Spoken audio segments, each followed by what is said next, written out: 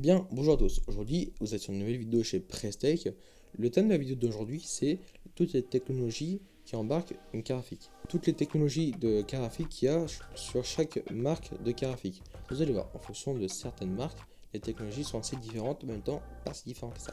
Vous allez voir ça juste après. Donc, maintenant on passe à l'introduction. On se retrouve juste après.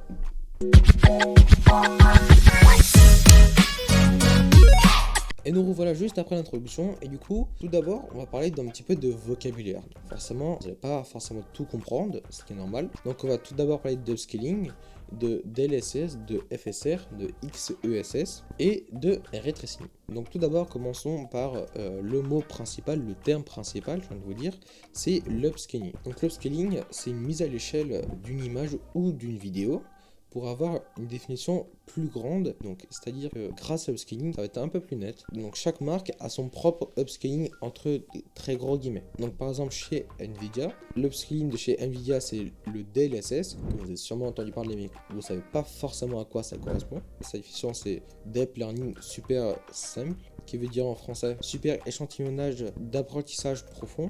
Donc ensuite on va du côté de chez Intel cette fois. Intel a aussi sa propre technologie d'upscaling, donc c'est le XESS, tout son nom complet XE Super Sampling, donc ça c'est l'upscaling pour Intel. Et du coup l'upscaling du côté de chez AMD c'est le FSR, donc son nom complet c'est Figli Super Resolution. Voici les trois technologies d'upscaling pour chaque constructeur de carte graphique. Donc là vous posez sur la question pourquoi il n'y a pas un upscaling pour chaque constructeur. Et bah c'est simple, parce que les puces ne sont pas les mêmes, les bus ne sont pas les mêmes, la RAM utilisée n'est pas forcément la même dans chaque carte graphique, dans chaque génération de carte graphique. Donc l'upscaling de chez Nvidia, donc le DLSS, est vraiment optimisé pour les cartes de chez Nvidia. Bien évidemment, donc chaque technologie a plusieurs versions.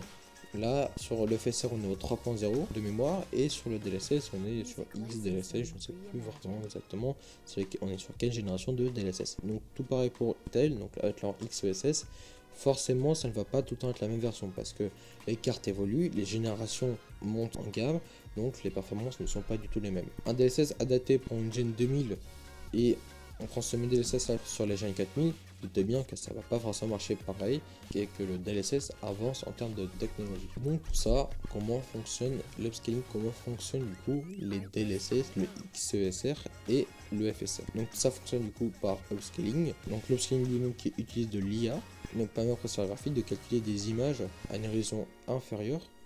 Ensuite, l'IA redimensionne cette image pour que ça soit une image donc plus nette. Et donc voilà, maintenant on arrive sur le ray tracing, donc le RTX qui est arrivé à partir de la génération 2000, donc d'où les RTX sur la 2000, 3000, 4000, car le ray tracing c'est cette grande technologie que toutes les cartes Nvidia ont. Donc le ray tracing ça simule la réalité, donc il se focalise sur les façons la lumière et les ombres se propagent, et donc il retrace le chemin que fera la lumière dans la réalité et les reflets que ça fera. Le ray tracing, imaginons sur Forza, si on active le ray tracing sur Forza, ça va faire que si votre voiture est à côté d'une flaque d'eau, de votre point de vue à vous, ça va faire exactement pareil dans la même vie. Ça va être le même point de vue, la même sensation. Ça va être tout pareil. En fait, vraiment, le ray tracing est une technologie qui est très intéressante pour le réalisme, pour vraiment que votre jeu soit le plus réaliste possible. Donc vous perdez des FPS significatifs quand vous activez seulement le ray tracing, alors que le DLSS ça vous fait gagner des FPS justement.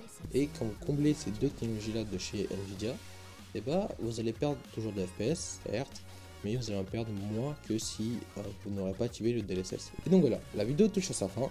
N'hésitez pas à nous dire en commentaire quel autre sujet de vidéo ou quelle vidéo vous voulez qu'on fasse sur cette chaîne YouTube. Et n'hésitez pas à nous dire comment vous avez trouvé cette vidéo. N'hésitez pas tout aussi à lâcher un pouce bleu, à nous suivre sur nos réseaux sociaux, donc Instagram, TikTok, Twitch. Les lives vont arriver dans le futur, et à vous abonner à la chaîne. Et n'hésitez pas à regarder nos anciennes vidéos. Je vous souhaite une bonne journée.